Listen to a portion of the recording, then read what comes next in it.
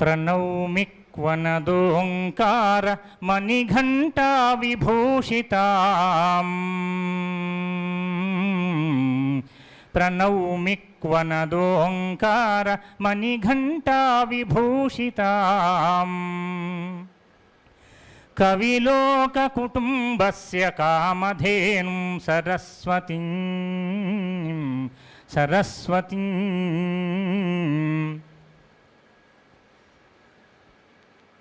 ఏయంబబిరుదంబులిప్పించె తొలుదొల్త ఏయంబబిరుదంబులిప్పించె జయతాల కౌసల్య సభలోన కరుణతోడా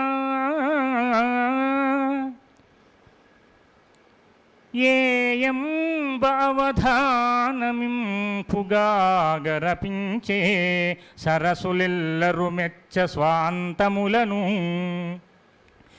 ఏయంబ గృపను అహీనమౌ రాగమంత్రస్పృక్కు వాక్కునన్ రాజ్యమేలే ఏయంబ హృదయాన ఎల్లవేళల నిల్చి కామితమ్ములు దీర్చు ప్రేమ మీరా అట్టి భారతీదేవి భక్తార్ద్రహృదయ అట్టి భారతీదేవి భక్తార్ద్రహృదయ వ్యాసపురమందు వెలుగొందు వాసరాంబ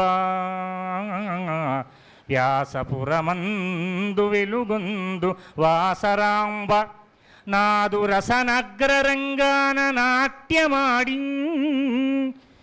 నిండు సభలోన నడయాడుచుండుగాత నిరత మధుపాస్య వాగ్వాదిని సమాఖ్య నిరత మధుపాస్య వాగ్వాదిని సమాఖ్య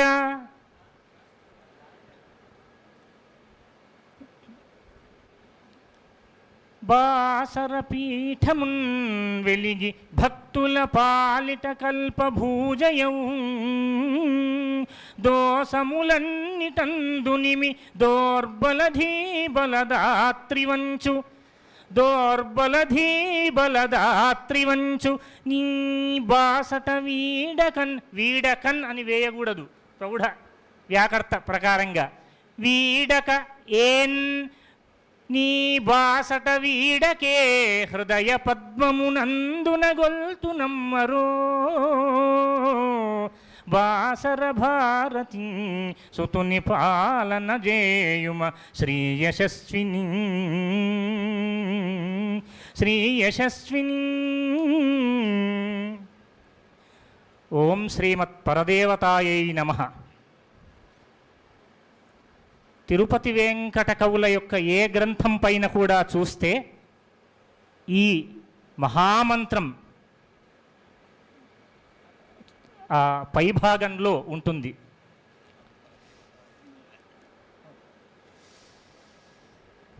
అలా అవధానులు, అవధానం అంటే ఇప్పుడు గత 5 సంవత్సరాలుగా మనం చెప్పుకుంటూ ఉన్నాము. అవ అనేటటువంటి ఉపసర్గతో కూడినటువంటి ధారణ పోషణయోహో అనేటటువంటి ధాతువు ద్వారా ఏర్పడినటువంటి పదం. ఏకాగ్రత, చిత్తైకాగ్ర్యం అవధానమన్నారు. ప్రాచీన కాలం నుండి ఎందరో మహానుభావులు ఉన్నారు. ఆధునిక కాలంలోనైతే మాడభూషి కవీంద్రు మనమందు జనించి మహనీయమైనటువంటి విద్యగా వర్ణించడం జరిగింది గరిగిపాటి వారు. అలాంటి ఆ మాడభూషి తర్వాత పెంటపాడులో వారు చేసినటువంటి అవధానాన్ని వీక్షించి తిరుపతి వెంకట కవులలో అప్పటికి వెంకటాచలం వారు వెంకట శాస్త్రి గారిని గురువుగారు చర్ల బ్రహ్మయ్య శాస్త్రి గారు ఇచ్చినటువంటి పేరది వెంకట శాస్త్రిని. వెంకటాచలం అసలు పేరు. ఆ వెంకటాచలం గారు చూసి వారికి అక్షి రోగం ఉండేది, గంటి ఇబ్బంది, చాలా ఒక రకమైనటువంటి చెళ్ళపిల్లవారు యోగము భోగము రోగము మూడింటిని సమపాళ్లలో అనుభవించినటువంటి మహానుభావుడు. మరి అలా ఆ కంటి అక్షి రోగం ఉన్నటువంటి సందర్భంలో వారిని విద్యా తపస్సు, అసలు కరుడుగట్టిన ఒకే ఒక్క విషయం చెప్పాలి చెళ్లపిల్లవారి గురించి, కరడుగట్టిన కవిత్వం అసలు చెళ్లపిల్లవారంటే. అంటే కవిత్వమే రూపుదాల్చినటువంటి వారు. ఈ మాట నాది కాదు, మధునాపంతుల సత్యనారాయణ శాస్త్రి గారిది. అలా వారు ఒకానొక సందర్భంలో వారిని చూడడం, వారి వద్దకు చెర్ల బ్రహ్మయ్య శాస్త్రి గారి వద్దకు విద్యార్థి అయి వెళ్ళడం, ఇదంతా కూడా తరువాత జరిగినటువంటి విషయం. అంతకంటే పూర్వము మనము అసలు తిరుపతి వెంకట అనేటటువంటి రెండు పదాలని సమాసాన్ని ఒక్కసారి చూద్దాం. తిరుపతికి వెంకటేశ్వరునికి ఎలాంటి అవినాభావ సంబంధం ఉందో తిరుపతి వెంకట కవులకు అలాంటి సంబంధము. తెలుగు సాహిత్యానికి తిరుపతి వెంకట కవులకు అవధానానికి అలాంటి అన్వయభావము ఉంది. 19వ శతాబ్దం ఉత్తరార్ధం తెలుగు సాహితీ జగత్తును ఈ జంట కవుల హృదయ పద్య సేద్యంతో, అద్భుతమైనటువంటి అవధాన పద్యాలతో పులకరించిపోయింది ఈ తెలుగు నేల అంతా కూడా. తెలుగు వాంగ్మయంలో ప్రసన్న మధుర పద్య రచనా శైలికి నాందీ శ్లోకమును ఆలపించింది. అవనీనాథుల నుండి అతి సామాన్యుల వరకు తమ అష్టావధాన శతావధాన ఆశు కవిత పద్య ప్రసూన సౌరభాలచే పరవశింపజేసి శతాధిక ఉభయ భాషా కావ్య రచనాశోభితులై శతాధిక గ్రంథాలు రచించి వెలువరించినటువంటి మహనీయులు తిరుపతి వెంకట కవులు. కవిలోక మహాగురువులు, అద్యతనాంధ్ర కవి ప్రపంచ నిర్మాతలు, కింకవీంద్ర ఘటా పంచాననులు తిరుపతి వెంకట కవులు. అయితే అటు గద్వాలిటు చెన్న పట్టణము మధ్యంగల్గు దేశమునం చటుల స్ఫూర్తి శతావధానములు మెచ్చంజేసి ఉన్నట్టివారు తిరుపతి వెంకట కవులు. వారిలో మొదటివారు దివాకర్ల తిరుపతి శాస్త్రి గారు. దివాకర్ల తిరుపతి శాస్త్రి గారు వెలనాటి శాఖకు చెందినటువంటి వారు. వెలనాటి వాడను కవితకు వెలనాటిన వాడను అని చెప్పుకున్నటువంటి మహానుభావులు వారు. అలాగే వారు జన్మించింది భీమవరం దగ్గర ఎండగండి గ్రామంలో, దాన్ని జల్లిసీమ అని అంటాం. తల్లిదండ్రులు ప్రజోత్పత్తి నామ సంవత్సరం ఫాల్గుణ శుద్ధ దశమి నాడు 22 మార్చ్ 1872వ సంవత్సరంలో వారు ఎండగండి అనే గ్రామంలో శేషమ్మ వెంకటావధాని గారు, మనకు తాతల యొక్క పేర్లు పెట్టడం ఆనవాయితీ కాబట్టి మనకు దివాకర్ల వెంకటావధాని గారు ఆ పేరు పెట్టడం జరిగింది. ఈ దివాకర్ల తిరుపతి శాస్త్రి గారి తమ్ముడి సోదరుడి యొక్క కొడుకు పేరే మన ఆచార్య దివాకర్ల వెంకటావధాని గారు. శేషమ్మ వెంకటావధాని గారు వీరి తల్లిదండ్రులు, మాతా పితరులు. అలాగే చెళ్లపిల్లవారి గురించి తీసుకుంటే ఆరామ ద్రావిడ శాఖకు చెందినటువంటి వారు చంద్రమ్మ కామయార్యులు వీరి తల్లిదండ్రులు. వీరు ఆగస్టు 10వ తేదీ వీరు జన్మించినటువంటి తర్వాతి రోజే నేను నా ఈ గ్రంథాన్ని ఆవిష్కరణ చేయడం జరిగింది. కడియంలో వీరు జన్మించినా కానీ వీరి మొదటి పేరు వెంకటాచలం, తల్లిదండ్రుల పేరు పెట్టినటువంటిది. యానాంకు వీరి తల్లిదండ్రులు కుటుంబాన్ని మార్చడం జరిగింది. ప్రమోదూత శ్రావణ శుద్ధ ద్వాదశి నాడు వీరు జన్మించడం జరిగింది. అలా బాల్యంలోనే వీధి బడిలోనూ కొంతమంది గురువుల వద్ద చదువుకున్న తరువాత వారికి సంస్కృతం నేర్చుకోవాలనేటటువంటి ఆ విద్యాభిలాష, విద్యా తపస్సు ద్వారా చెర్ల బ్రహ్మయ్య శాస్త్రి గారి యొక్క గురుత్వాన్ని కోరుకోవడం జరిగింది.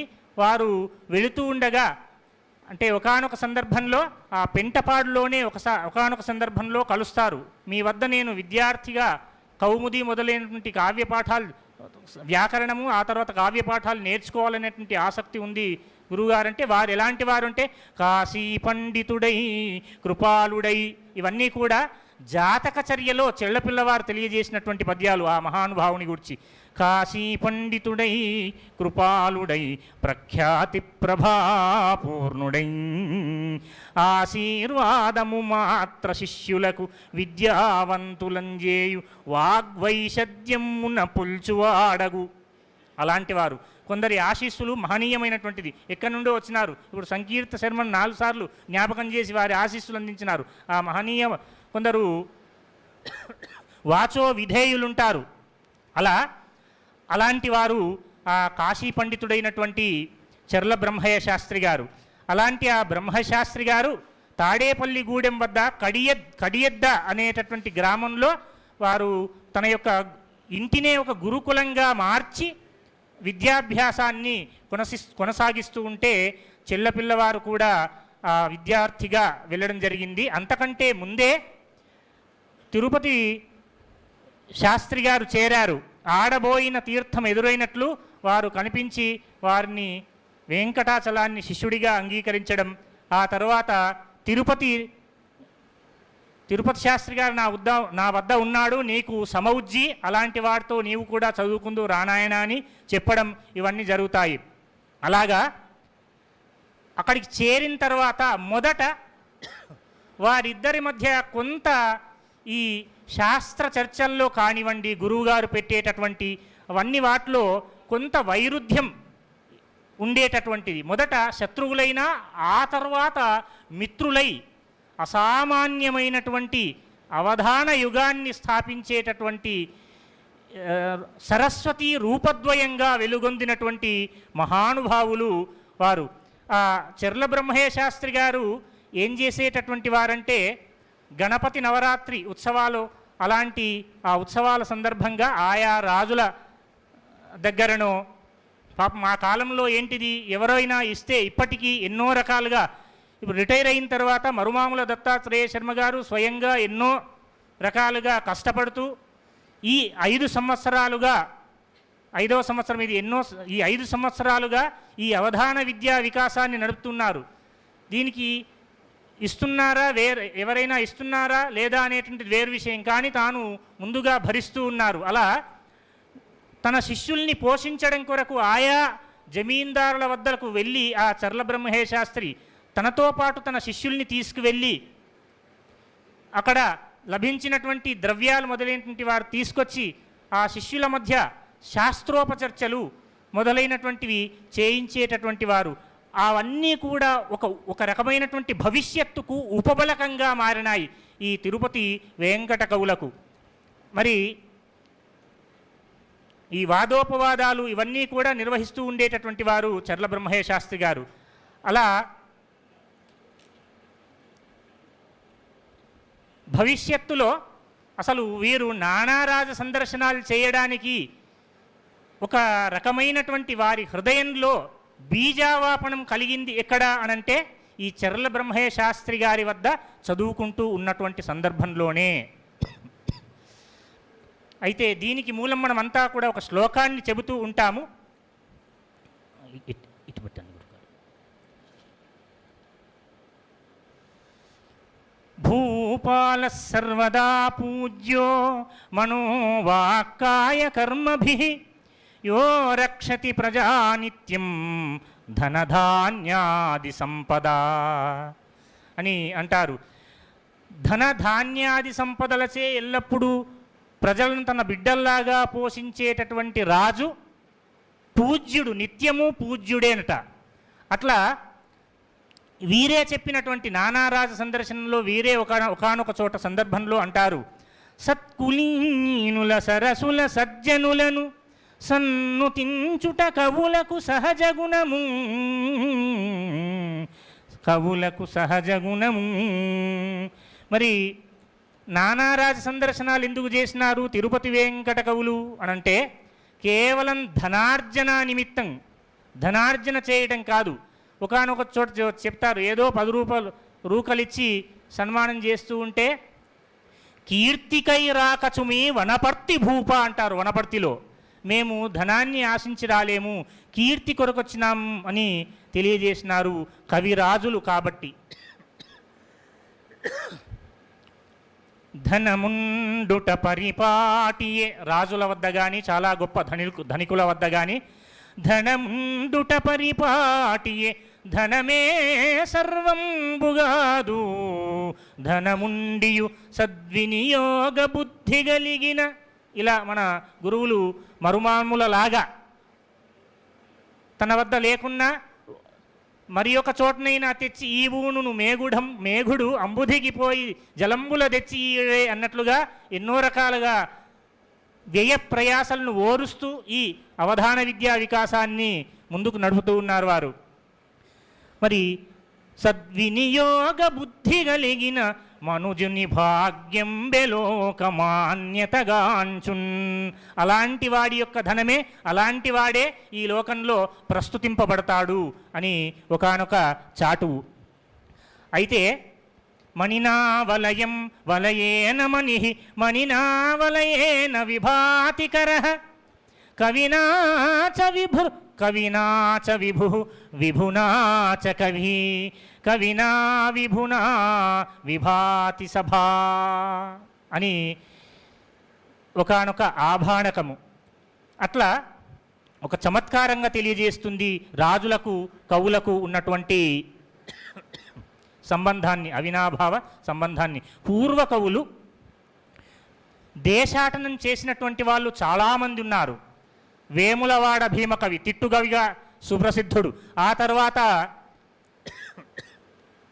పంపా విరూపాక్ష బహుజటాజూటిక రగ్వధ ప్రసవ సౌరభ్యములకు అని శ్రీనాథుడు ఈ పద్యాన్ని ఆలపించాలంటే ఒక్క ప్రసాదరాయ కులపతి వారే. ఆ శైలిలో నేను పాడతాను. ఇప్పుడు చాలా అది పెద్ద పద్యం, సీసపద్యం కాబట్టి మహానుభావుల గురించి చెప్పాలి కాబట్టి అలా శ్రీనాథుడు ఎవరు నానారాజ సందర్శనాలు చేసినటువంటి వాడు ప్రాచీన కాలంలో. అలాగే అడిదము సూరకవి గారు ఉన్నారు, మహానుభావుడు, ఆంధ్ర చంద్రాలోకము రచించినటువంటి మహానుభావుడు. అలాగే అలాంటి మహానుభావుల తర్వాత నానారాజ సందర్శనం చేసి కవిత్వాన్ని, అవధానాన్ని రాజాస్థానాల నుండి ప్రజాస్థానానికి, ప్రజాస్వామ్యానికి తీసుకొచ్చినటువంటి ఘనత తిరుపతి వెంకట కవులది, వాళ్ళకే చెల్లుతుంది. అట్లా వారి స్వరూపం, మెడలో రుద్రాక్షమాలలు, నొసట కుంకుమబొట్టు, వాదోపవాదాలు, శ్రీరాగంలో పద్యాలాపన, మేఘ గంభీరమైనటువంటి స్వరం చెల్లపిల్లవారిది. శ్రీరాగంలో పద్యాలాపన, శారదాదేవి కచ్చపీ నినాదమేమో అని చెవులు విచ్చుకొని అంతా ఆలపించేటటువంటి వారట ఆనాటి సభాసదులంతా కూడా. మరి రూపుదాల్చిన సరస్వతి మూర్తులైనటువంటి, ఆకృతి దాల్చిన సాహిత్య దేవతలైనటువంటి తిరుపతి వెంకటేశ్వర మూర్తి స్వరూపాలు వారే తిరుపతి వెంకట కవులు. వారి జీవితానికి నేను ఇప్పుడు చెప్పబోయేటటువంటి శ్లోకం చక్కగా అన్వయిస్తుంది. ఏమిటది అనంటే, అధీయానో బహూన్ గ్రంథాన్ సేవమానో బహూన్ గురున్ లోకమానో బహూన్ దేశాన్ బహుజ్ఞే జాయతే నరః. మానవుడనేటటువంటి వాడు ఎప్పుడు చాలా తెలిసినటువంటి వాడైతాడు అనంటే ఈ మూడింటిని ఆచరించడం వల్ల గొప్పగా మహాపండితుడవుతాడట, గొప్ప వాడవుతాడట. ఏంటేంటివంటే అంటే అధీయానో బహూన్ గ్రంథాన్, చాలా పుస్తకాలు. ఇప్పుడు మన అవధానులు చదవదగినటువంటి అత్యంత ఆవశ్యకమైనటువంటి గ్రంథాలని తెలియజేసినారు. ఎవరు? సాంప్రతి వారు మా యశస్సు చాలా బృందాల్లో ఉంటారు. వారు ఉండాల్సినటువంటి వారు. సరస్వతి స్వరూపము, మహాద్భుతమైనటువంటి రచన ప్రౌఢిమ వారిది. మరొక శ్రీనాథుడు, మరొక శ్రీహర్షులు కనిపిస్తారు వారి రచనలో. మా యశస్వినిలో కూడా వారు గౌరవ సభ్యులు. అలాంటి వారు నా ఈ ప్రసంగానికి ఆధ్యక్షం వహించడం నా పూర్వజన్మ సుకృతం అది. అయితే సేవమానో బహూన్ గురున్, చాలామంది గురువుల్ని సేవించడం ద్వారా విశేషమైనటువంటి పాండిత్యం అబ్బుతుందట. అందుకే కకారంతో చెల్లపిల్లవారికి చాలా సంబంధం ఉంది, కాకరపర్రు మొదలైనటువంటి. అట్లా లోకమానో బహూన్ దేశాన్, చాలా ప్రదేశాల్ని తిరగాలట. తిరిగితే అక్కడి ఆచార వ్యవహారాలు, అక్కడి విశేషాంశాలన్నీ తెలుస్తాయట. బహుజ్ఞే జాయతే నరః, అప్పుడు చాలా తెలిసినటువంటి వాడవుతాడు ఆ మనిషి, ఆ మానవుడు లేదా ఆ పండితుడు. ఇలా ఈ శ్లోకము వారి జీవితానికి చక్కగా అన్వయించతగినటువంటిది. గురు శుశ్రూషయా విద్య పుష్కలేన ధనేనవ అథయా విద్యయా విద్య చతుర్థాన్ నోపలభ్యతే అని ఒకానొక సూక్తి, ఒకానొక ఆభాణకము. అనంటే ఉపాయాలు మూడే విద్య నేర్చుకోవడానికి. మొట్టమొదటిది గురు శుశ్రూషయా విద్య, గురు శుశ్రూష చేయడం ద్వారా, ఇక్కడ సేవ అనేటువంటి వారు చెప్పింది వినడం అనేటటువంటిది సేవ అనేటటువంటి అర్థంలో కూడా మనం తీసుకోవాలి. గురు సేవ లేదా గురు శుశ్రూష చేయడం ద్వారా ఉత్తమోత్తమమైనటువంటి జ్ఞానం లభిస్తుందట. ఆ తర్వాతవి మధ్యమము అధమము ఆ తర్వాతవి. అలా సంపాదించినటువంటి వారు తిరుపతి వెంకట కవులు, గురుకుల క్లిష్టో మురారి కవి లాంటి వారు. అట్లా వారు మొదట చెప్పినాను కదా, వారు వైషమ్యం కలిగిన ఆ తర్వాత సమపాండిత్యం కలిగినటువంటి వారై ఇద్దరు తిరుపతి వెంకట కవులు వారి పేర్లను జోడించుకొని తిరుపతి వెంకట కవులై మొట్టమొదట వెంకటగిరి అనేటటువంటి సంస్థానాన్ని సందర్శించినారు వారు. వెంకటగిరి అక్కడ చాలా చక్కగా, అంటే వారు నానారాజ సందర్శనాలు చేయడంలో అంతకంటే ముందు చిన్న చిన్న ధనికుల దగ్గర, జమీందారుల దగ్గరనో ఎక్కడనో కొంత వెళ్ళి వారి పేర్లు వచ్చే విధంగానో ఇంకా మరొక రకంగానో చిత్రకవిత్వము, బంధకవిత్వము రాసి వాళ్ళను మెప్పించినారు. ఆ తర్వాత రాజాస్థానాలకు వెళ్ళాలి, మన కవితా ప్రదర్శన అక్కడ చేయాలి, ఈ కవిత్వాన్ని బ్రతికించుకోవాలి అనేటటువంటి ఉద్దేశం చేత వెంకటగిరికి వెళ్ళడం జరిగింది. చాలా రోజులు అక్కడ ఎదురు చూస్తారు. అలా ధనార్జనకు కాకుండా కేవలం కీర్తి కొరకే వెళ్ళినటువంటి వారు. ఆ తర్వాత కాకినాడలో కొన్ని రాజసందర్శనాలు జరిగిన తర్వాత కాకినాడలో శతావధానాన్ని మొట్టమొదట దురిశేటి శేషగిరి గారి వద్ద వారి ఆ ఇంట్లో అష్టావధానాన్ని నిర్వహిస్తారు. కాకినాడలో నిర్వహించిన తర్వాత ఆ విషయము ఇంతింతై వటుడింతై అన్నట్లు పూర్తిగా ఆ కాకినాడంతా కూడా వ్యాపిస్తుంది. అరే, బాలకులు, చాలా చిన్న పిల్లవాళ్ళు 18-19 సంవత్సరాలు 18-19 సంవత్సరాల ప్రాయం ఉన్నటువంటి వాళ్ళు అష్టావధానాన్ని నిర్వహిస్తున్నారట, చమత్కారంగా నిర్వహిస్తున్నారట అనేటువంటి విషయం తెలిసి ఇది బాదం వెంకటరత్నం గారికి తెలిసింది. వారు అవధానం అంటే అష్టావధానాలు అందరూ చేస్తారయ్యా, శతావధానాన్ని శతావధానం నిర్వహించగలరా మీరు ఓ బాలకులారా అని అడుగుతాడు. మొదట వీరు కొంచెం సందేహిస్తారు. చెబుతాం, మేము ఆలోచన చేసి చెబుతామంటారు. ఆ తర్వాత ఇద్దరూ వెళ్ళి అక్కడే ఉన్నటువంటి ఒక కొబ్బరి తోటకు వెళ్తారు.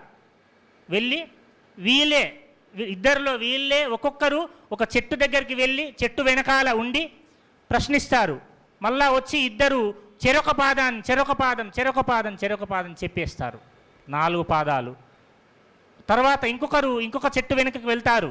ఇలా వెళ్ళి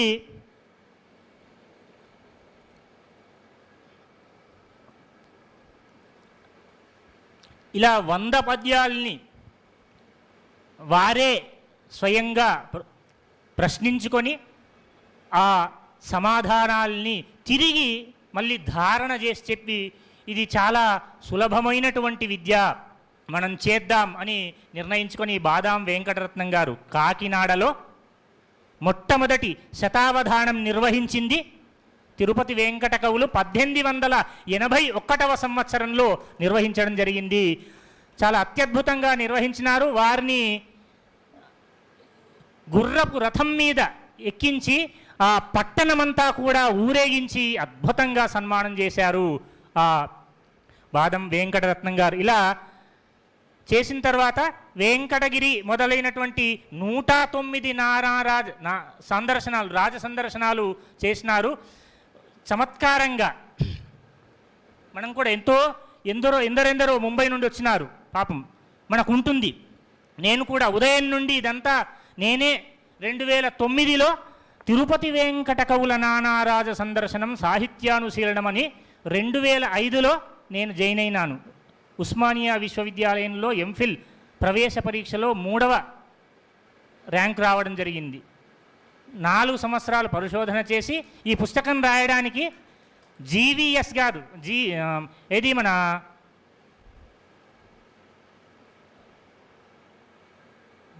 జీవీఎస్ అనుకుంటాను, జీవీఎస్ గారా, తెలుగు విశ్వవిద్యాలయానికి ఉపకులపతిగా పనిచేసినటువంటి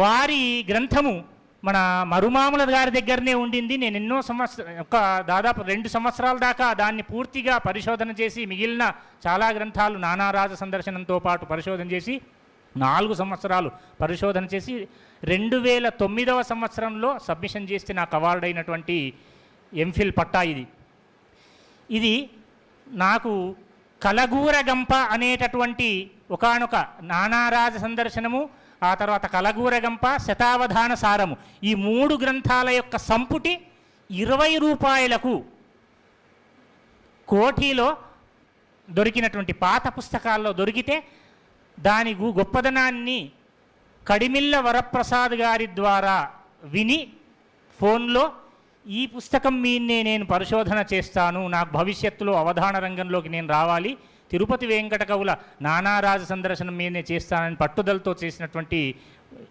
పరిశోధనా సిద్ధాంత గ్రంథం ఇది. అట్లా సభ చేయించును లేదు అంచు మొదలన్ సందేహము,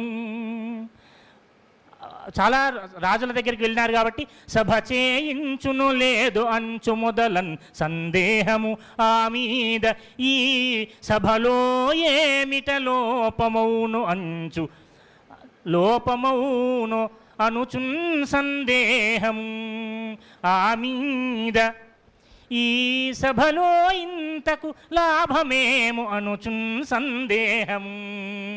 ఇవన్నీ సందేహాలు.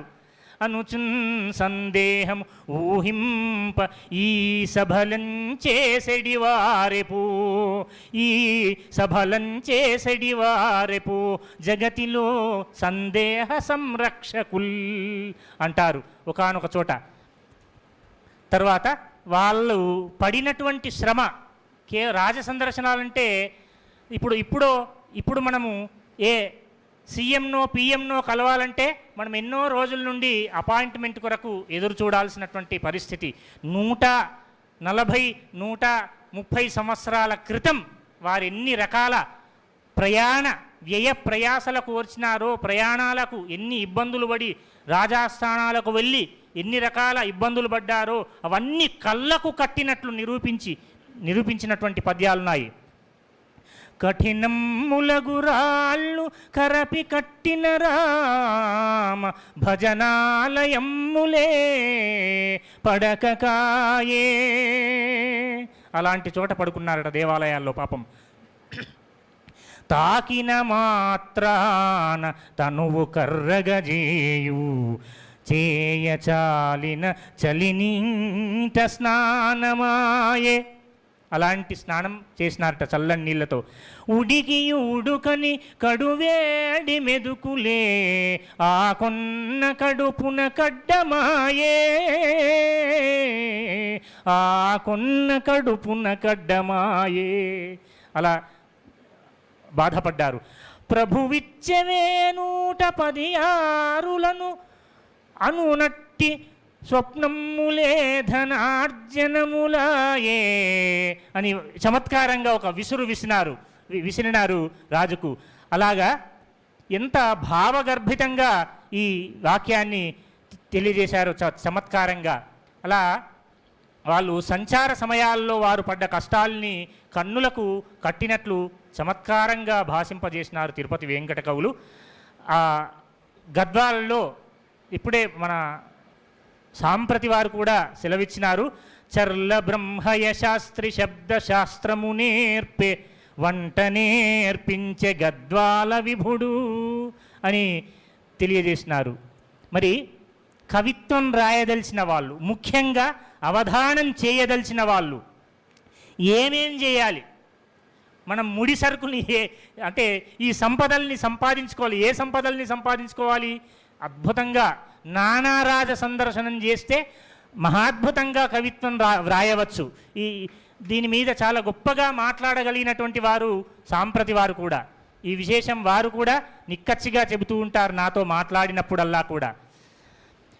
చదువగావలె శబ్దశాస్త్రాదికమును, చదువగావలె శబ్దశాస్త్రాదికమును, వీక్షింపగావలె విద్యలెల్ల, చూడగావలె రాజ చూడామనుల సభల్, పొందగావలె మహాభోగములను, తిరుగగావలె దేశ దేశాల వెంబడి, పడరాని పాటుల పడరాని పాటులెల్లా, వినగావలెను పూర్వ విద్వచ్చరిత్రముల్. ఇక్కడ మహానుభావులు రామశర్మ గారు కానివ్వండి, మన దోర్బల వారు కానివ్వండి, ఇంకా మహానుభావులు బాలసుబ్రహ్మణ్యం కానివ్వండి, ఇంకా వచ్చినటువంటి నిన్న మాడుగుల వారు కానివ్వండి, గరికిపాటి వారు మొదటి రోజు ఎందరో మహానుభావుల గూర్చి చెబుతూ ఉంటారు ప్రసంగవశాన. అలాంటి పూర్వ విద్వత్ చరిత్రల్ని ఆలకించాల. వాటి ద్వారా మనకు ఒక రకమైనటువంటి చైతన్యం, ఒక రకమైనటువంటి స్ఫూర్తి వస్తుంది. అలా వినగావలెను పూర్వ విద్వత్ చరిత్రముల్, దర్శింపగావలెను ఛంద ప్రశంస, కవులు కవులన్న మాత్రాన కవులు గారు. కేవలం కవులు అంటే వాళ్ళు కవులు గారు. ఎంత భారం ముగలదో కవీశ్వరులకు. ఇలాంటి భారము ఉంటేనే మనం ఇవన్నీ కూడా సాధించగలుగుతాము అని అంటారు. మరి చాలామంది ఆ కాలంలో రాజులు కూడా అంత విద్యావంతులు కారు. ఎవరు? ఆనంద గజపతీంద్రుని లాంటి అంత విద్యావంతులు కారు. కవితామ తల్లికిన్ ధనము ప్రధానమా, రసికత సుఖతల్ ప్రధానమా అంటారు. వెంకటగిరిలో చాలా చమత్కారంగా ఇది శ్లేషగాను ఆ తర్వాత ఛేకానుప్రాసతోనూ ఇలా అంటారు. పరదేశ సంపాదన రతి మీకు నరేంద్ర. రతి అంటే ఇక్కడ ఆసక్తి అని అర్థం. ఇతర దేశాలని వెళ్ళడం, ఇతర దేశాలని జయించడం, ఇతర దేశాలని ఆక్రమించడం మీకు ఆసక్తి, మాకు కూడా. పరదేశ సంపాదన రతి మాకు, పరదేశ సంపాదన రతి మాకు అంటారు. లసదుత్తమ పదాభిలాష మీకు నరేంద్ర. లసద్ ఉత్తమ పద అభిలాష, ఒక గొప్పనైనటువంటి పదవుల్ని, ఉత్తమోత్తమైనటువంటి పదవుల్ని అధిరోహించాలనేటటువంటి కాంక్ష ఉంటుంది రాజులకు. అలాగే లసదుత్తమ పదాభిలాష మాకు, అద్భుతమైనటువంటి విధంగా ఏ పదం తర్వాత ఏ పదాన్ని ఏర్చి కూర్చి కవిత్వాన్ని అల్లాల్లో ఆ పదాల మీద అభిలాష రతి మాకుంటుంది అని ఎంత చమత్కార భాసితంగా చెబుతూ ఉన్నారు తిరుపతి వెంకట కవులు. సకల నృత్య శ్లోక శక్తి మీకు నరేంద్ర, సకల నృత్య శ్లోక శక్తి మాకు. అలాగే ఇక్కడ కూడా చాలా చక్కని శ్లేష. మనుమార్గవర్తనం బనువు మీ అనువు నరేన్ మీకు నరేంద్ర, మనుమార్గవర్తనం బనువు మాకు. ఇక్కడ మనుమార్గ వర్తనము, అక్కడ మనువు చూపినటువంటి దారిలో నడవడం రాజులకు మార్గదర్శనమైతే, మార్గ మా జీవితం అంటే మేము మా ఉనికి కొరకు మేము ఈ విధంగా రావాల్సినటువంటి రాజ సందర్శనాలు చేసుకోవాల్సినటువంటి జీవించడం కొరకు, మా జీవిక కొరకు మేము రావడం వస్తుంది. ఇది మా జీవిక కొరకని తెలియజేసుకున్నారు. మీకు రాజపదము, మీరు రాజులు, మాకును కవిరాజపదము కలదు ఇకెందు కొదువలేదు. మేము కవిరాజులం, మీరు రాజులు, మీకు మాకు ఏం కొదవలేదయ్యా అంటూ కాన సామ్యమిచ్చి మానించుటొప్పదే ముద్దు కృష్ణయాచ భూవరేణ్య అంటారు. గద్వాల రాజు సభ చేయించకుండానే సన్మానం చేయాలనుకున్నాడు. పాపం వారికి ఎవరైనా ఎక్కడైనా వారి పాండిత్యాన్ని పరీక్షించిన తర్వాతే వారికి సన్మానం చేయించుకునేటటువంటి తత్వం తిరుపతి వెంకట కవుల మనస్తత్వం అది. అలా సభ చేయించుకున్న ఎంతో కొంత ఇచ్చేసి కలగూర గంపగా ఇచ్చేసి పంపించేద్దామనుకున్నాడు రాజు. అలా కాదు, పరీక్ష చేయమయ్యా మమ్మల్ని, మేము ఎలాంటి వాళ్ళము. ఏ కవి ఎట్టివాడు, ఆ మహాద్భుతమైన పద్యం ఇది. ఇది చాలా స్ఫూర్తినిచ్చేటటువంటి ప్రతి ఒక్క కవికి అర్భకుని నుండి మహాకవి దాకా స్ఫూర్తినిచ్చేటటువంటి పద్యం ఇది. అందరూ ధారణ చేయదగినటువంటి పద్యం. మహాపాండిత్యాన్ని పొందాల్సినటువంటి, నిరంతరం దీన్ని పఠిస్తూ ఉంటే, మననం చేస్తూ ఉంటే, అరే నేను ఇంకా నేర్చుకోవాలనేటువంటి తపన కలుగుతుంది. నేను స్వయంగా అనుభవైక వేద్యంగా చెప్తున్నాను నేను ఇది. ఏ కవి ఎట్టివాడు మరి ఏ కవికెట్టి విశేష పాండితి శ్రీగలదో, విశేష పాండితి శ్రీకలదో, అక్కడగా చేర్చకూడదు. శ్రీకలదో విచారణము సేయుటయే కనకాభిషేకమౌ. ఏ కవికి ఇలాంటి విశేషమైనటువంటి పాండితి సంపద ఉన్నటువంటిదో అది విచారణ చేయాల. అప్పుడు విచారణ చేసి విచారణము సేయుటయే, ఆ విచారణలో రణముంటుంది తప్పకుండా ఎదుటి పండితులతో. విచారణము సేయుటయే కనకాభిషేకమౌ. కాక, అలా కాకుండా కాక తదన్య పద్ధతి జగమ్ము సమస్తము ధారవోసినన్ చేకురునే ముదమ్ము. ఆ మొత్తం ఈ భూమండలం అంతా తీసుకొచ్చి కనకాభిషేకం చేసినా కానీ సంతృప్తి ఉండదు మాకు. కాక తదన్య పద్ధతి జగమ్ము సమస్తము ధారవోసినన్ చేకురునే ముదమ్ము. పరిశీలన సేయుము రామభూవరా, పరిశీలన సేయుము రామభూవరా. ఇంకో చోట రాజమిత్రులము అదిగాక రాజబంధువులము కవిరాజులము పదువురు గలట్టి కులము వారము మాకెందు కొదువలేదు. కేవలం ధనానికై వచ్చి యాచించడం కాదయ్యా. కీర్తికై రాక జుమి వనపర్తి భూప. ఇలాంటి పదప్రయోగాలు అక్కడ చూడండి. అసలు నిజం ఔద్ధత్యం అంటే ఒక రకమైనటువంటి అహంకారం, ఒక రకమైనటువంటి ఔద్ధత్యంతో చెప్పినటువంటి పద్యాలు చాలా ఉన్నాయి. అంటే స్వాభిమానం ఎక్కువ మన తిరుపతి వెంకట కవులకు, అందులోనూ చెల్లపిల్లవారికి ఎక్కువ. అందుకే కింగ్ కవీంద్ర ఘటా పంచాననులు అయ్యారు వారు.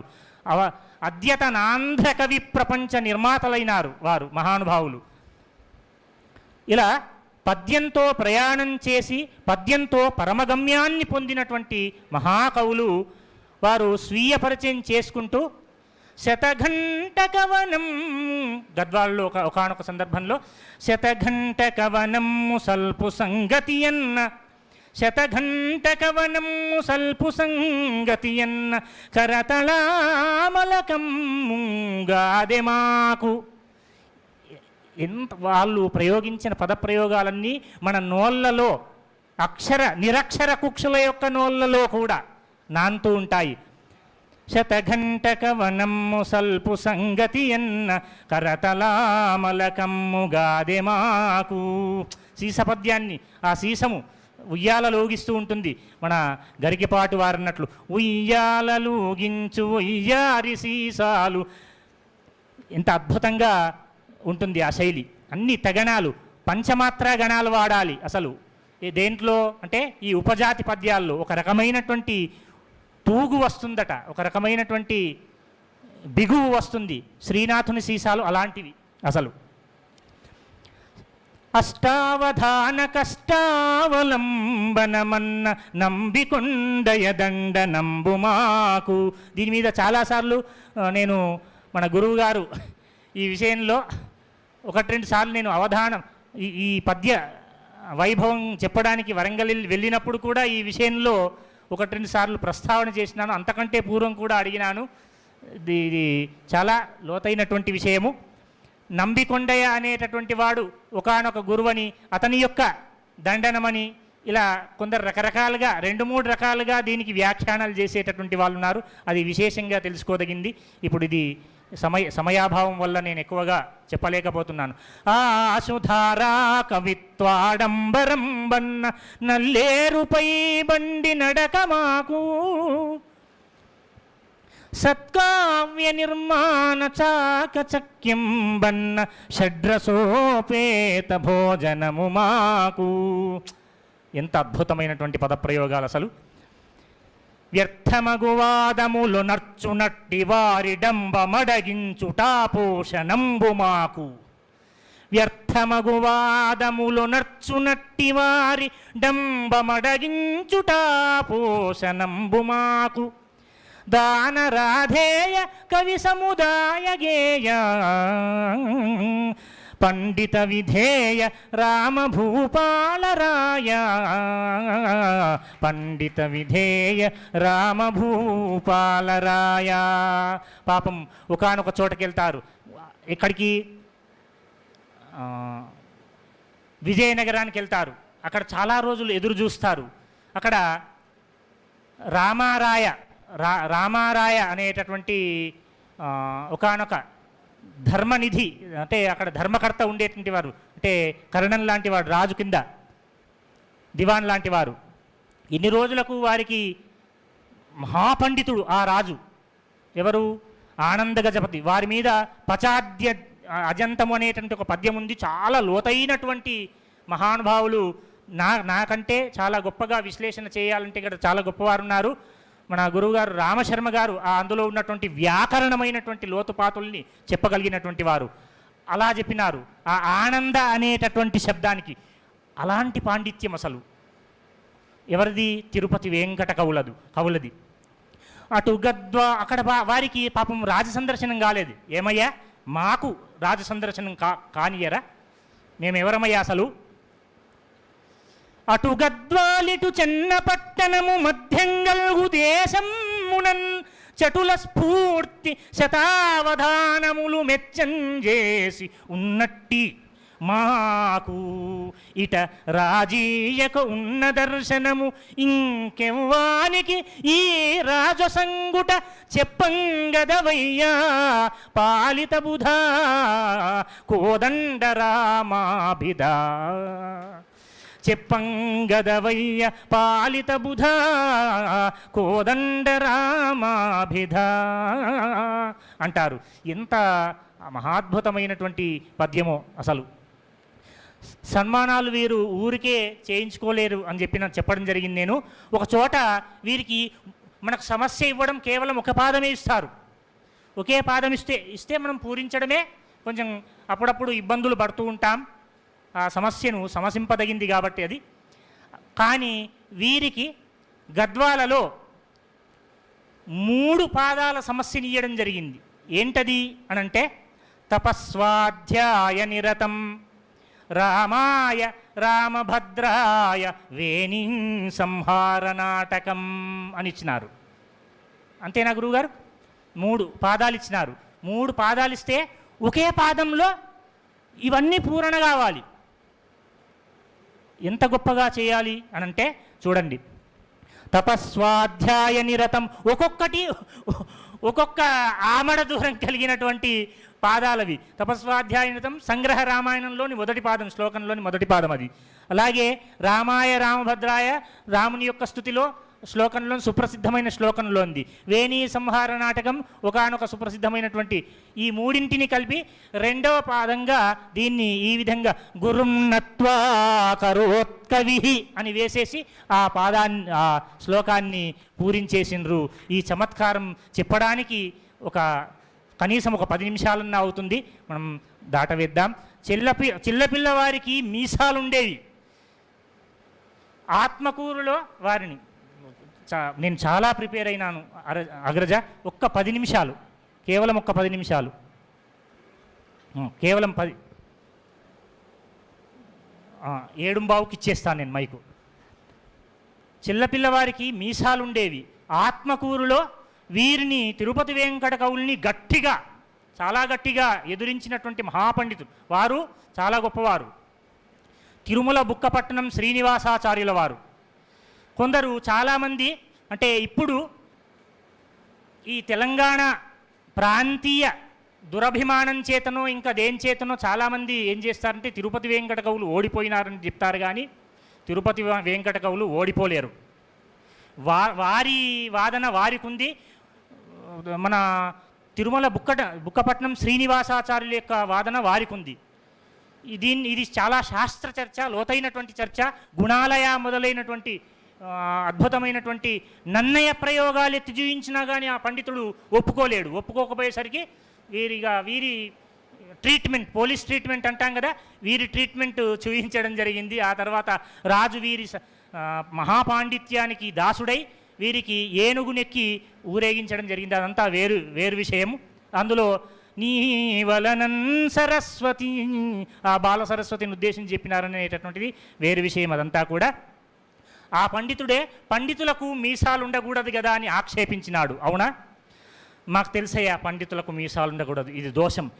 దోషమటంచరింగియును దుందుడు కొప్పగా పెంచినారమీ మీసము, రెండు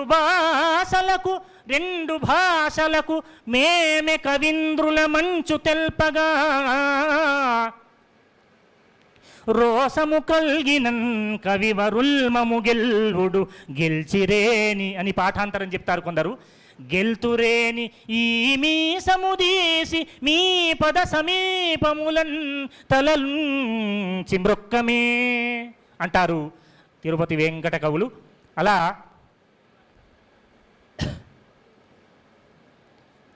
అవధానికి కావలసినటువంటి ఇవన్నీ మనకంతా కూడా విశేషంగా ఉపయోగపడేటటువంటివి. వారి అవధానాల గూర్చి చెప్పడం, ప్రకటించడం కాదు, ఒకానొక సందర్భంలో చెప్పినటువంటి పద్యం ఇది. ఇవన్నీ మనకు ఉపయోగపడేటటువంటివి, అక్షరాక్షరము లక్షల విలువ చేసేటటువంటి పద్యాలు ఇవన్నీ కూడా నానారాజ సందర్శనంలోనివి. మరి కవనమ్ము వారి అవధానాశు కవితా విధానాన్ని గూర్చి ఈ విధంగా తెలియజేసుకున్నారు. కవనమ్ము చెప్ప సత్కవులందరును మెచ్చి అద్భుతానందమ్మునందవలయు, అద్భుతానందమ్మునందవలయు, వ్యక్తాక్షరిని చెప్పు వడవున ఇది ఏమి అక్కజంబని శంకనందవలయు, లౌకికాలాపమ్ము ఆకుని వచించు అద్దిరే వచింప అద్దిరే అని మోదమందవలయు, ఆకాశపు పురాణ మల్లిన నిధి ఏమి, ఆకాశపు పురాణ మల్లిన నిధి ఏమి, వైచిత్ర్యమని తలలూచవలయు అని వారి యొక్క కవితాతత్వాన్ని, అవధానాశు కవితా గుణాల్ని ప్రకటించడం జరిగింది. ఇవి భవిష్యత్ అవధానులకు కూడా మార్గదర్శనం చేసేటటువంటి విషయం ఇది. ఇప్పుడు అసలు విషయానికి వచ్చినాను. ఆ మహానుభావుల యొక్క అసలు తెలుగు సాహిత్యంలో అవధానాన్ని అటు అష్టావధానానికి ఇటు శతావధానానికి నిర్వచనం ఇచ్చినటువంటిది శ్లోకపూర్వకంగాను పద్యపూర్వకంగాను నిర్వచనం ఇచ్చింది తిరుపతి వెంకట కవులే. కవిర్యద్యవధానీ స్యాత్ సంపాద్యం ధచతుష్టయం. ఇది వీరి ఏది నిర్వచనం కాదు, ప్రాచీనమైనటువంటిది. సాహిత్య ప్రబోధం అనేటటువంటి ఒకానొక గ్రంథంలోనిది. కవిర్యద్యవధానీ స్యాత్ సంపాద్యం ధచతుష్టయం. ధకార చతుష్టయాన్ని సాధించాలంట కవి. మన అవధాన విద్యలో ఎవరు? సివి సుబ్బన్న శతావధాని గారు నాకు ఈ పుస్తకానికి వైపస్థితి కలిగినటువంటి వాడే తిరుపతి వెంకట కవుల మీద పరిశోధింపగలుగుతాడయ్యా అని ఆశీస్సులు అందించినారు. దీనికి వారు అవధాన విద్యలో ఒకానొక విషయం చెబుతారు. ఏమని అనంటే గృహ కవులు, సభా కవులు అని. మన అవధానులమంతా కూడా సభా కవులం. అట్లా ఆ సభాకవులుగా వెలుగొందడానికి ఎలాంటి చమత్కారాల్ని, ఎలాంటి విధానాల్ని పాటించాలో నానారాజ సందర్శనంలో అడుగడుగున పద్యాల్లో తెలియజేయడం జరిగింది తిరుపతి వెంకట కవులు. ఆ తర్వాత శతావధానానికి ఒక్క 2-3 పద్యాలు చెప్పేసి నేను ముగిస్తాను. వీరి అవధాన విధానం ఎలాంటిది? జంట కవులు ఒక్కరము చేయడమే చాలా కష్టం. నా ఆలోచన విధానం ఒక రకంగా ఉంటుంది, వీరి ఆలోచన విధానం మరొక రకంగా ఉంటుంది. ఇద్దరి యొక్క ఆలోచనలు ఒకే తాటిపై నడవాలంటే చాలా కష్టం అది. అందున ఒకే ఇంట్లో ఇద్దరు పుట్టినారు, కొప్పరపు సోదర కవులు, ఎంత గొప్ప విషయం అది. అది వేరు విషయం.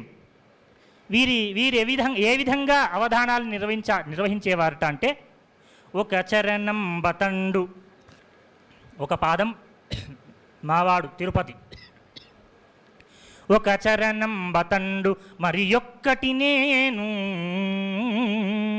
మరొక్కటాతడున్ సకల కవీంద్ర సంతతులు సమ్మతి చేతలలూచి మెచ్చగా, సమ్మతి చేతలలూచి మెచ్చగా, ప్రకటతరాసుధార తనరన్ రచింపగనేర్తుము, నూటికి సెలగయ్యా నిక్కమిది 70 మాటలు చెప్పనేటికి అంటారు. చెప్పెద ముక్క మాట కడు చేవదలిప్పగనో నృపాగ్రని గుప్పితిమేని. మేము పద్యాల్ని వదిలితే ఎలా వదులుతాం? అర్జునుడు ఆ యుద్ధరంగంలో ఎంత వేగంగా కవ్వడి అయి ఆ బాణాల్ని వదులుతాడో మేము ఆ విధంగా ఈ పద్య బాణాల్ని వదులుతాము అని చెప్పడం జరిగింది. గుప్పితిమేని పద్యముల గుంపుల. నాకు ఈ వేదిక కాకుండా మరో 2 వేదికలు ఉన్నాయి. ఒకటి ఎక్కడ అనంటే చీరాలలో మే 31న ఇదే అంశం మీద అప్పాజోస్యుల సత్యనారాయణ శాస్త్రి గారు పిలిచినారు ఇదే అంశం మీద మాట్లాడమని. ఎందుకో నా మీద ఒక రకమైనటువంటి వాత్సల్యం వారికి. అలాగే కృష్ణకిషోర్ గారు మాసం మానసోల్లాసం అనేటటువంటి దాంట్లో జూన్ 7వ తేదీ నాడు కూడా ఇదే అంశం మీద ప్రసంగించమని అవకాశం ఇచ్చినారు. అలా అది నా పూర్వజన్మ సుకృతం, అదృష్టంగా భావిస్తున్నాను. మరి గుప్పితిమేని పద్యముల గుంపుల ఆహవమ్ములో కుప్పలుగాగా బాణముల గుప్పిన రీతిగా ఎవ్వడేనితా చెప్పగలాడే వ్రాతునని చెప్పిన జేయమే శృంగభంగమున్ అని చెప్పడం జరిగింది. ఎన్నో చమత్కార పద్యాలు, ఎన్నో సందేశాలు. ఎక్కడ? నానారాజ సందర్శనంలో 1-2 చమత్కారం పద్యాలు చెప్పేసి మనము సందేశాలు చెప్పేసి నా సందేశాన్ని ఆపుకుందాం. ఇంకా ఎన్నో ఉన్నాయి పద్యాలు, 100 పద్యాలు నాకు నోటికొస్తాయి.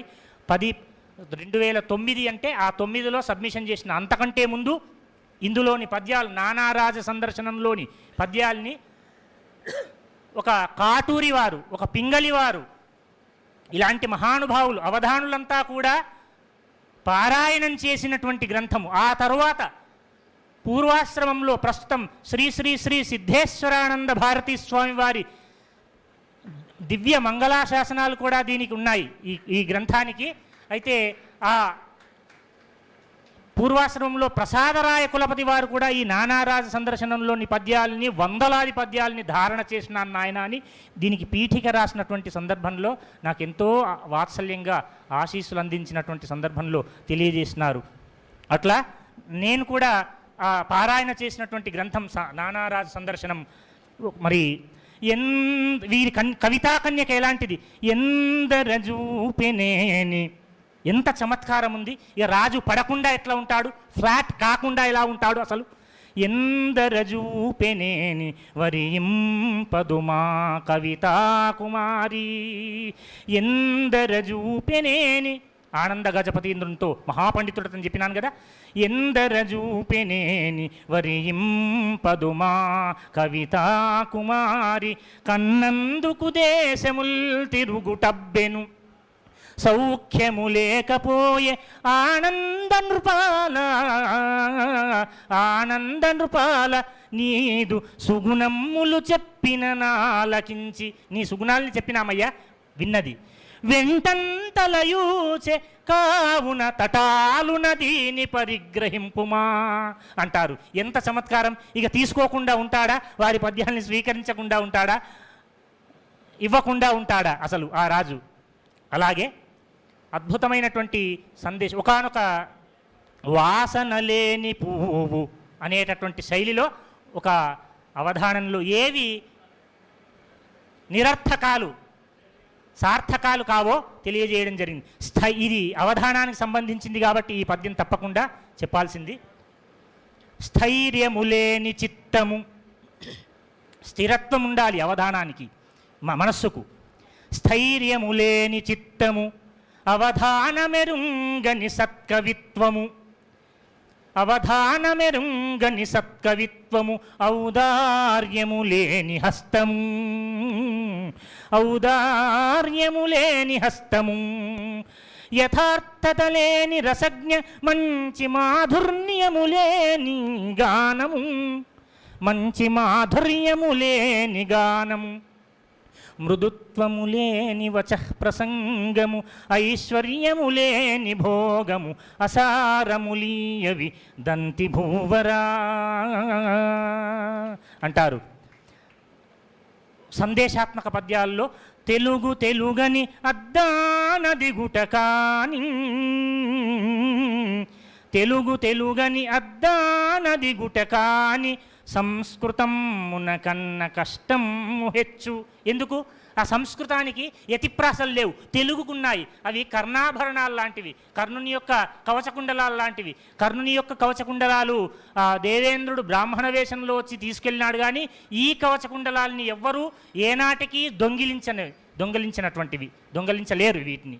అలాంటివి శాశ్వతమైనటువంటి ఆభరణాలు పద్యానికి, తెలుగు పద్యానికి ఈ కర్ణాభరణాలు. అందుకే యతియున్ ప్రాసయులేని సంస్కృత కవిత్వారణ్యమందున్న భారత వేదాన పదేణు పర్వముల కాంధత్వంబు నేర్పించి, శాశ్వతుడైపోయిన తిక్కయజ్వకు నివాసంబైన నెల్లూరికిన్ నతులర్పింపుము, స్నానమాడుము అతి గణ్యంబైన పెన్నానదిన్ అంటాడు జాషువా గబ్బిలంలో.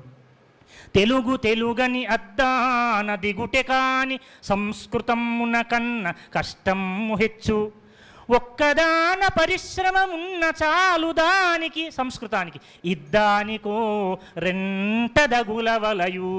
తెలుగు పండితునికి, అవధానానికి సంస్కృతం తెలుగు రెండు కళ్ళ లాంటివి. రెండు కళ్ళతో ఆ రెండు భాషలు, ఆ భాషల్లోని విశ్వనాథ వారు చెప్పినట్లుగా ఎదకు పురాంధ్ర సంస్కృత కవీశ్వర భారత్ దీప్తి కలిగి ఉండాలి మనకు. అటు సంస్కృతము, ఇటు తెలుగు, అవి ఉంటేనే ఈ తెలుగు వస్తుంది, లేకుంటే రాదు. అలాంటి మహానుభావులు తిరుపతి వెంకట కవులు. ఇలా ఎన్నో ఉన్నాయి. రెండింటితో నేను పూర్తి చేస్తాను. వారికి ఆ ఉమ్మడి మద్రాసు ప్రభుత్వంలో మొట్టమొదటి ఆస్థాన కవి పదవీ పీఠం వచ్చింది. ఎవ్వరికీ లభించినటువంటి మొట్టమొదటి గౌరవం అది. మనమంతా కూడా ఎంతో ఆనందించినటువంటి ఆనాటి కవులు. దాశరథి కూడా వారి ఆ కార్యక్రమం, అంటే ఆ తరువాత జరిగినటువంటి అభినందన సభలకు అలాంటి వాటికి వెళ్ళి చెల్లపిల్ల వారి మీద చాలా చిరుతప్రాయంలో పద్యాలు చెప్పినారు. చెల్లపిల్ల మాట చెల్లదెచట అన్నారు. అలా వీరు శతలేఖిన్యవధాని జేయవో వచస్సారస్యమున్గూర్పవో, ప్రతిలేరీతని కన్న పేరిడవో, ప్రతిలేరీతని కన్న పేరిడవో, ద్రవ్యం బియ్యవో. కామేశ్వరి ఉపాసకులు వారు. నుదుట విభూతి రేఖలు, అద్భుతంగా రూపాయి బిల్లంతా బొట్టు. వారిని చూస్తేనే, వారి మాట వింటేనే చాలు సభ వివశీకృతమయ్యేటటువంటిది. అలాంటి మహానుభావులు చెల్లపిల్లవారు. మరి చూస్తే చాలా బక్కపల్చటి ప్రాణం, అంత స్ఫురద్రూపం కాదు. శతలేఖిన్యవధాని జేయవో వచస్సారస్యమున్గూర్పవో ప్రతిలేరీతని కన్న పేరిడవో ద్రవ్యం బీయవో రాజులన్ నతులన్ జేయవో ఎన్ని గతుల ఆనందం ముగల్గింపవో గతి నీవే అనువారికేమి కొదవో కామాక్షి కామేశ్వరి. చెల్లపిల్ల స్వతంత్రులు తిరుపతి వెంకట కవుల్లో దివాకర్ల వారు పోలవరం జమీందార్ దగ్గర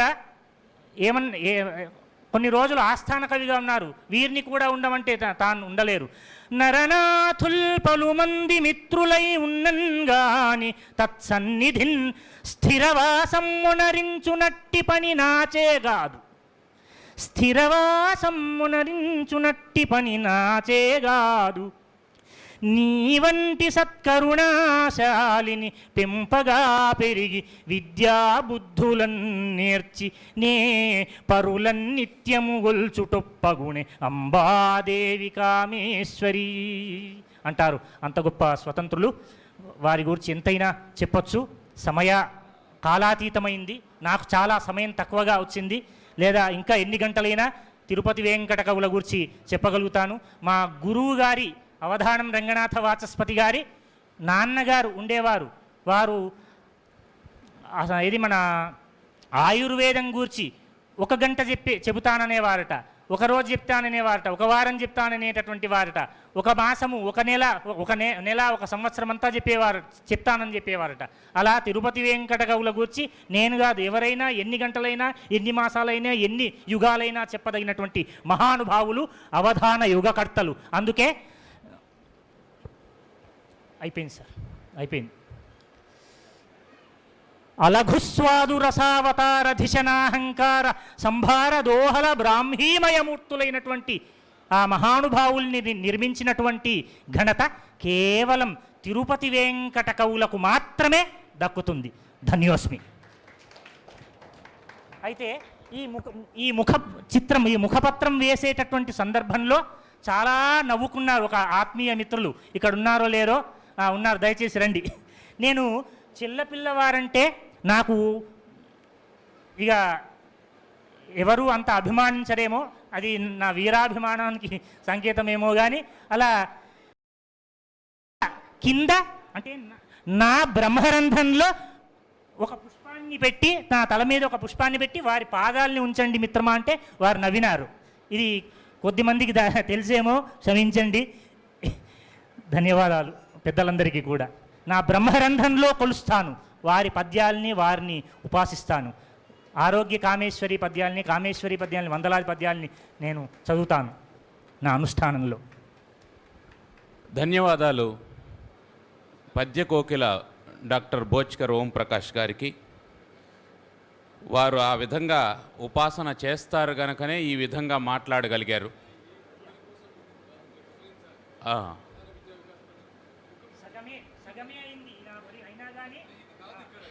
ఇది నిజానికి మన సిలబస్లో లేని పాఠం. ఇది సిలబస్లో లేని పాఠం. వారి మీద గౌరవంతో అవధాన విద్యా వికాస పరిషత్తు జరగాల్సినటువంటి పాఠాన్ని రేపు ఉదయానికి వాయిదా వేసి వారికి అవకాశం కల్పించింది. అవధానం చేయాల్సినటువంటి అబ్బాయి సంకీర్త్ కుర్రవాడు. ఆలస్యమైతే ఆకలి ఉంటుంది. అసలే అవధానం, దాంట్లో ఆకలితో అవధానం చేయాలంటే ఇంకొంచెం ఇబ్బంది అవుతుంది. ఆ కారణం చేత మిమ్మల్ని కాస్త త్వరగా ఆపమని చెప్పన్నాం. అందుకు మేము కూడా చింతిస్తూ ఉన్నాం. ఇప్పుడు వారికి సన్మానం చేయాల్సిందిగా అవధాన విద్యా వికాస పరిషత్ వ్యవస్థాపకులు మరుమాముల దత్తాత్రేయ శర్మ గారిని కోరుతూ ఉన్నాం.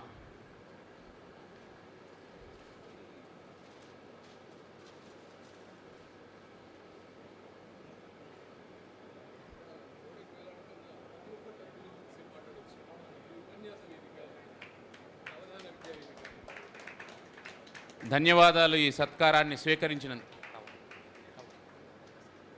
నరేంద్ర కాప్రే గారిని దయచేసి వేదిక మీదకి. ఏం మాట్లాడొద్దండి, మాట్లాడించం, ఒకసారి రండి.